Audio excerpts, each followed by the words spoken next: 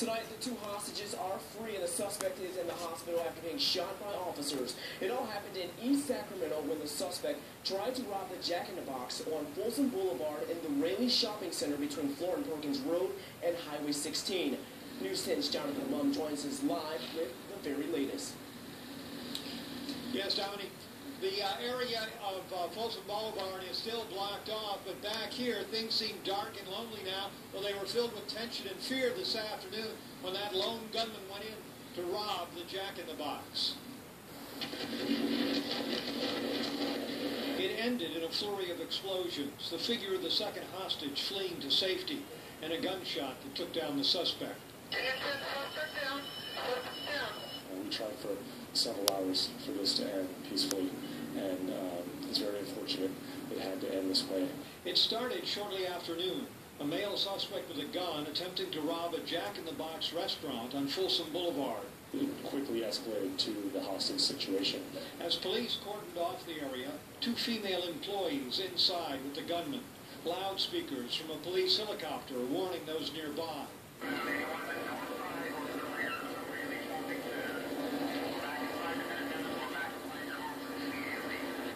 They just told us to get out of the building because they got SWAT. I don't know who's in the front of the building. SWAT teams took up positions. Snipers set up across the street at a tire business using the tires for cover. Another sat in a patrol car.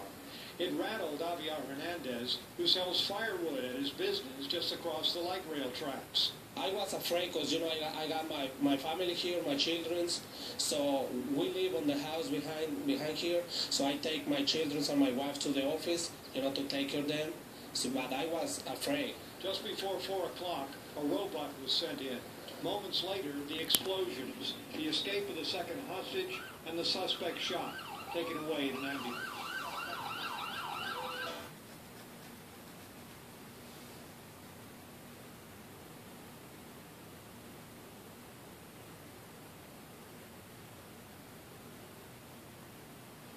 Seems like we are having some technical problems with Jonathan Mum. Jonathan Mum has that story tonight. Now, for many, tonight's standoff reminded them of the infamous Good Guys hostage situation. In 1991, 4 gunmen stormed the South Sacramento store. They held 40 hostages for 8.5 hours. Eventually, the sheriffs stormed the store, and when it was over, 3 hostages were dead, along with 3 gunmen. Nearly a dozen others were wounded. Former Sacramento County Sheriff John McGinnis was on the ground during that hostage situation. He joined us earlier tonight and talked about the parallels between that day and today's events. That was a big event. As far as I know, it remains the largest single hostage incident in terms of number of hostages taken. We also have the dubious honor of the longest in terms of duration anywhere in U.S. soil, that being argued away in June of 2010. In any one of these cases, and all that have gone before, between, and will go in the future, it's the same mechanics that come into play.